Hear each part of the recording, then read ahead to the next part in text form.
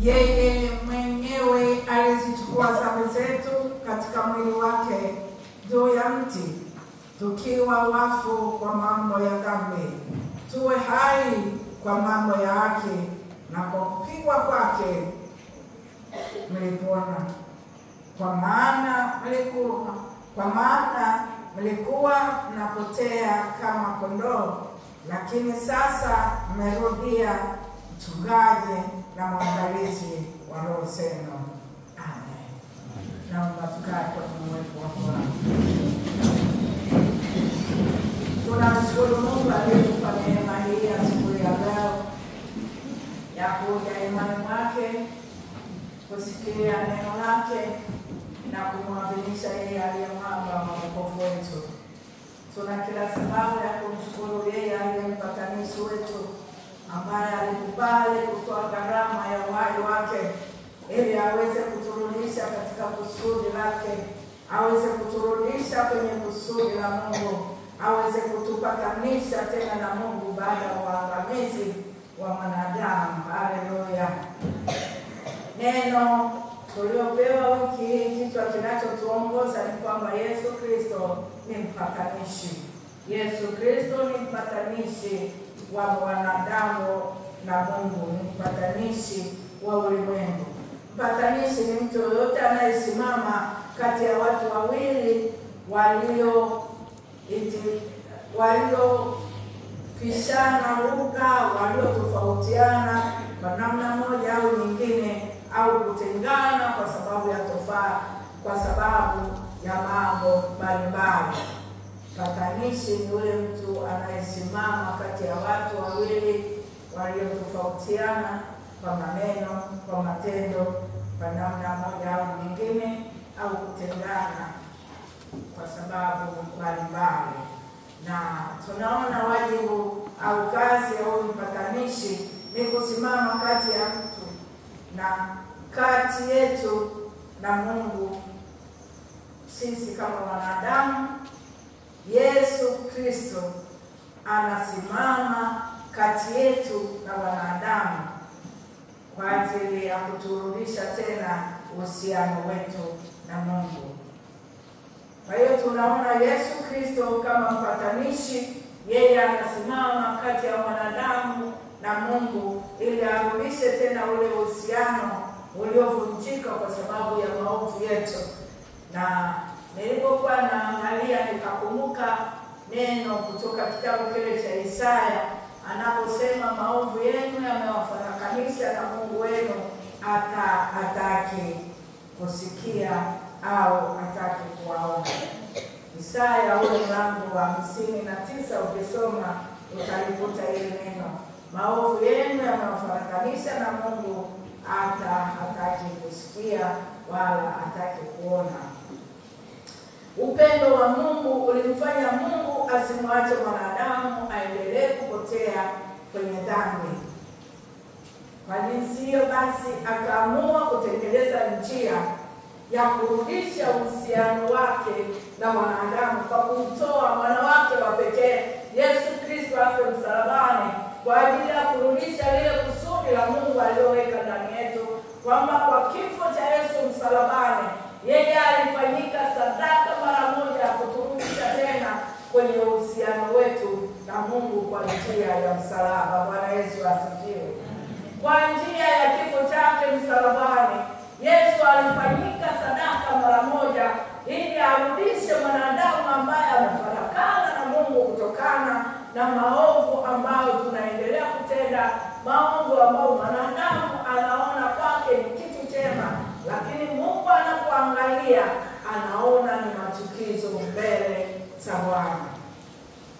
Na ndio maana Mungu aliamua kumtuma Yesu Kristo kufa msalabani kwa ajili ya ukombozi wa mwanadamu, kutuletea wokovu. Na kwa njia ya Yesu Kristo, tukikubali kumpokea huyu Yesu Kristo ndani ya mioyo yetu, maovu ambayo yanaonekana kwa sasa, uovu ambao unaonekana chini ya jua, ukiwa ndani ya huyu Yesu ambaye ni mpatanishi, ukishampata huyu mpatanishi, uovu unaotajwa kwa wanadamu kwa kipindi hauwezi ukaonekana. Maana yupo aliyekula gharama ya kuturudisha tena kwenye uhusiano na Mungu. Bwana asifiwe. Yesu Kristo ni mpatanishi. Na tunapokubali Yesu kutupatanisha, tujue upendo wa Yesu kufa msalabani. Aliona ni jinsi gani ambapo mwanadamu amekaa mbali na Mungu, na akaona kifo chake msalabani ndicho kilichoweza kuturudisha tena kwenye kusudi la Mungu. Bwana asifiwe. Tukikubali kwamba Yesu alikuja ili sisi tuwe na uzima kisha tuwe na tele, ni uhakika kwamba Yesu peke yake ndiye anayeweza kurudisha uhusiano wako na Mungu. Hata kama ulikuwa umeangamia kwa namna gani, hata kama tulikuwa tumeishi maisha ya uovu kwa namna gani, tukikubali huyu Yesu aliyetulikwa msalabani kwa ajili yetu, tunaamini kabisa kwamba uovu unaotajwa, ukatili unaoonekana kwenye jamii na kwenye familia hautatajwa kwetu. Bwana asifiwe. Yesu Kristo, yeye ndiye njia, kweli na uzima. Tukiwa naye atatuonyesha njia sahihi ya kuendea, atatupa uzima baada ya maisha haya. Lakini tunapotembea nje ya kusudi la Mungu, tuko nje ya mapenzi ya Mungu. Na ndio maana unatembea, unafanya unavyofanya, unafikiri uko salama, kumbe uko kinyume na mapenzi ya Mungu jinsi anavyotaka. Ni kwa nini tumekaa mbali na yule aliyekuja ili tupate uzima kisha tupate nao tele? Haleluya. Yesu Kristo ni mpatanishi kati yangu mimi na Mungu. Kama kuna uovu wowote ulioufanya, ukimruhusu Yesu apate nafasi ndani ya maisha yako, ni tayari ameweka upatanisho kati yako na Mungu. Mungu anapoangalia anaiona thamani ya kifo cha Yesu msalabani, kwamba Yesu alikuja ili sisi tuwe na uzima, ambao uzima huu ndio tulionao wale tunaomruhusu Yesu apate nafasi kwenye maisha yetu. Lakini tunapokuwa nje ya Yesu, Shetani amesimama mlangoni, anakusukuma kuyafanya mapenzi yake na sio mapenzi ya Mungu. Ndio maana katika kizazi tulicho nacho, ukisikiliza vyombo vya habari, ukisikiliza hata huko mtaani, maovu yanayoendelea ni kwa sababu ya kukaa nje ya mapenzi ya Mungu. Haleluya. Ni kwa sababu ya kukaa mbali na mpango wa Mungu. Na ndio maana pia anapata nafasi ya kukushawishi kufanya vitu ambavyo Mungu anapoangalia. Unasema mbona wewe unajiona uko salama, lakini pita maisha una kila kitu ndani ya nyumba, lakini amani huna, furaha huna. Ukiangalia watoto hawafai. Kwa nini? Unajua uko nje ya mapenzi ya Mungu. Na baba yako adui Shetani anasimama kama kwa niaba. Ukikaa nje ya Mungu, yuko Mungu wa dunia hii ndiye anakuongoza kufanya hayo unayoweza kufanya. Unaona uko salama, unaona watoto wako wako salama, lakini maisha yetu ni maisha yasiyompendeza Mungu. Matendo yanayofanyika kwenye dunia hii, laiti tungegundua kwamba yupo ambaye alitoa thamani ya kifo chake pale msalabani ili aturudishe tena kwenye kusudi la Mungu. Ninakwambia kila mmoja angekimbilia huko kwa Yesu. Maana tunafika mahali familia hazielewani, watoto hawaelewi, wazazi wenyewe wanagongana huko ndani, kila mmoja anaenda njia yake anayoijua. Kwa nini? Hakujajua kusudi la Mungu kwenye maisha yetu. Tukiona uthamani wa kifo cha Yesu msalabani, tutajua gharama ya Yesu pale msalabani ni kwa ajili yangu mimi na wewe. Inatupasa kuishi maisha yanayompendeza Mungu pale tu tutakaporuhusu Yesu atawale maisha yetu.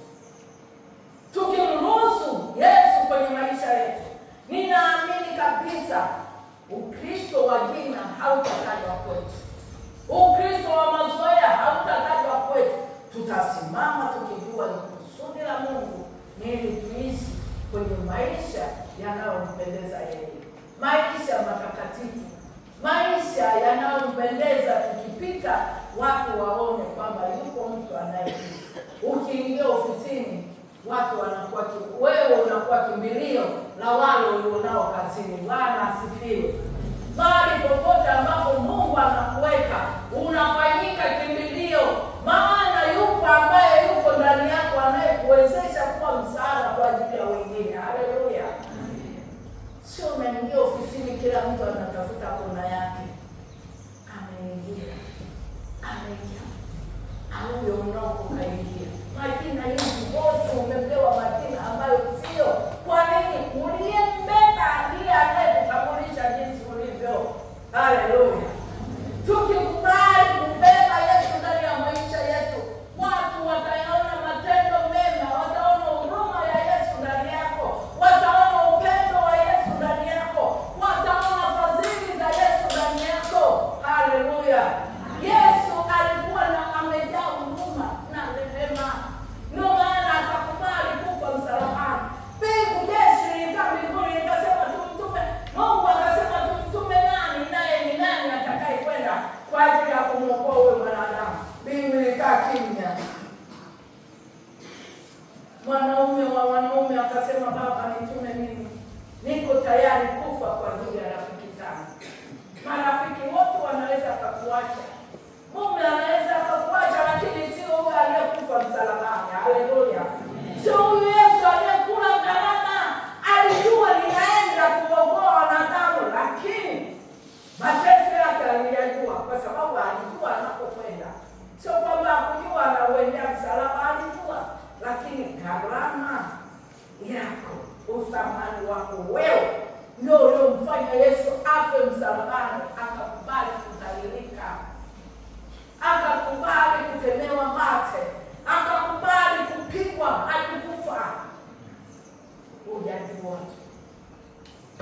Hujaijua thamani ulionayo, ndio maana unafanya vitu ambavyo vinamdhalilisha Yesu pale msalabani. Ndio maana tunafanya mambo mengine, tunafanya tu kana kwamba hatujui kinachoendelea huko duniani. Neema bado iko mbele ya msalaba wa Yesu. Neema ipo.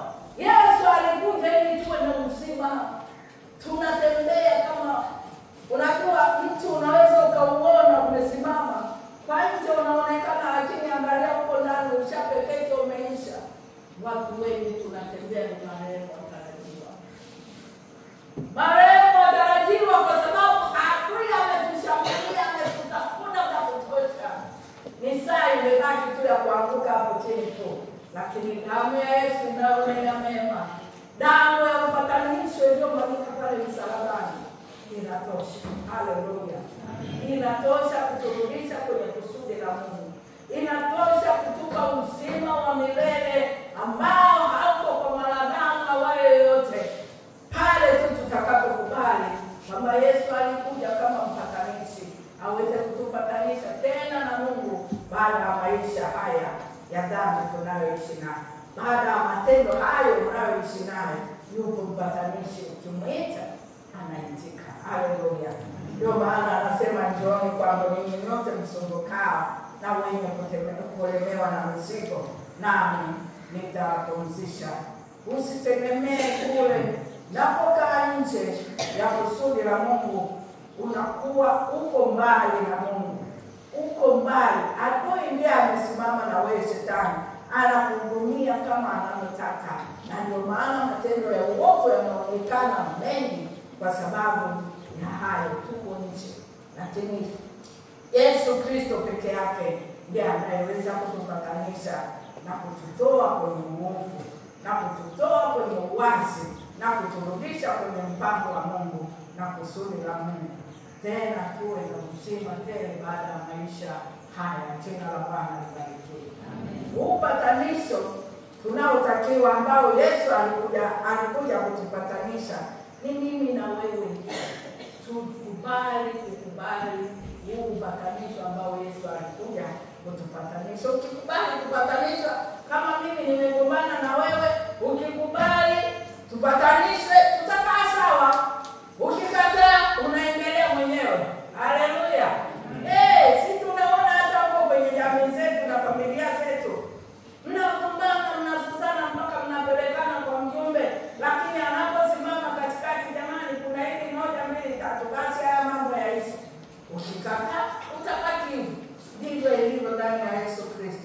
ukikubali Yesu akupatanishe na Mungu, yuko tayari kukupatanisha. Ukiona haifai kupatanishwa na Mungu, niendelee kusimama na adili yako, simama na adili yako. Tumepewa njia mbili za kuchagua, mauti au uzima. Chagua hivi leo utakayemtumikia. Haleluya. Chagua hivi leo utakayemtumikia. Lakini tunakumbuka Joshua akasimama akawaambia wana wa Israeli, chagueni hivi leo mtakayemtumikia. Mlimuona Mungu alipokupitisha. Hata wewe ni shahidi ya huko Mungu alipokupitisha. Chagua hivi leo kwamba ni Mungu yupi unayemtumikia. Ni huyu ambaye alimtoa Yesu Kristo kufa kwa ajili yako, au mpatanisho kurudisha lile kusudi, au ni adui yako ambao unamwangalia? Yupo mpatanishi Yesu Kristo. Tukubali kupatanishwa na yeye. Tukubali kuishi maisha yanayompendeza Mungu. Ili saa ikifika kuondoka hapa duniani, wote ndio wapitaji. Siseme mwingi mimi bado niko huko sana, lakini ujue siku iko. Haleluya. Hatutaishi milele. Saa iko, lakini tunachotamani sana ni kuishi kwa kumwamini Yesu Kristo kama Bwana na Mwokozi wa maisha yetu. Kwa kuwa Mungu ni wa huruma na ametupatanisha na yeye kwa njia ya msalaba kwa Yesu Kristo, ni wajibu wangu mimi kuishi maisha matakatifu na kuepukana na matendo yanayotutenganisha na Mungu kwenye maisha yetu. Ni kukubali kuishi maisha yanayompendeza Mungu. Ni kukubali kuishi maisha matakatifu, ambapo kwa maisha haya tutafanya mapenzi ya Mungu. Na kwa kifo cha Yesu msalabani, basi tukubali kwamba yeye alikuja ili sisi tuwe na uzima, kisha tuwe na utele. Amen. Amen.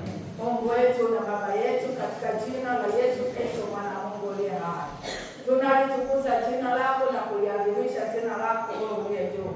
Asante kwa neema na kibali chako. Asante kwa kutupatanisha na wewe Yesu Kristo. Umekufa msalabani, ukarudisha uhusiano wetu na Baba. Uimidiwe mfalme, utukuzwe mwamba wa wokovu wetu, sasa na hata milele. Kipindi hiki cha Kwaresma tuendelee kutafakari maisha yetu jinsi yalivyo, tuweze kuishia toba, tuweze kuingia na wewe katika ufalme ule wa mbinguni uliotuahidia. Uimidiwe mfalme tangu sasa na hata milele. Amen.